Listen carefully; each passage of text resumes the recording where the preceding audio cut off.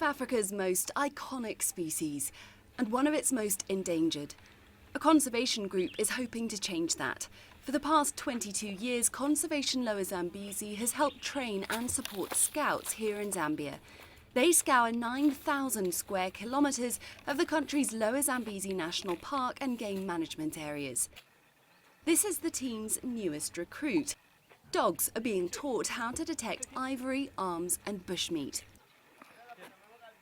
With the help of the dogs, there's no more much time. We can still find that person and find the ivory very quickly. These dogs, they will help a lot in this conservation unit. I'm sure they will help us in not only me, but the entire Zambia will benefit from these dogs. Poaching in Zambia has soared over the past 2 years.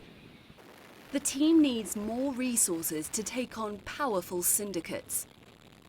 Poaching becomes more and more sophisticated, the types of weapons they're using, the types of communications they've got, big international syndicates and poaching rings, etc.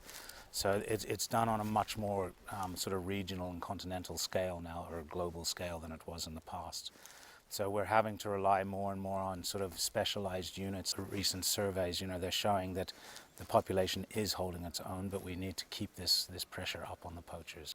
The involvement of the local community is critical to Conservation Lower Zambezi, whether it's training up foot scouts and dog handlers or helping mitigate human-wildlife conflict in surrounding villages. As farming encroaches on wildlife corridors, elephants face threats from villagers trying to protect their crops. We depend on these gardens for our survival. The community buys vegetables from us, but the elephants come and eat them, which impacts on our income. Sometimes we don't even have enough money to send our children to school. People have been attacked, some have died. We as Conservation Lower Zambezi, in conjunction with National Parks and Wildlife, we bring in our scouts. They help in this area up to the harvest time. They come in to scare the elephants away. But also that one is not enough because of lack of manpower. We are actually getting a lot of help from the NGOs other than the government itself. They must do more because this is not just into crops but also into injuries and death.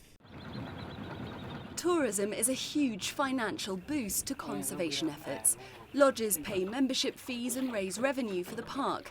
They also provide jobs for residents, and many guides double up as conservationists. Since 2008, they've introduced the system of trying to help the local people, that is in terms of employment, that is by training guides. And there's also a program where they only not train guides to become guides, but of course ambassadors to conservation in Zambia.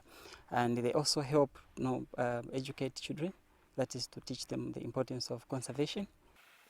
The last aerial survey showed there are around 23,000 elephants in the Lower Zambezi. It's a fairly large number, but conservationists say it would be unwise to take for granted that the population can withstand threats without help. Clementine, Logan, CCTV in the Lower Zambezi.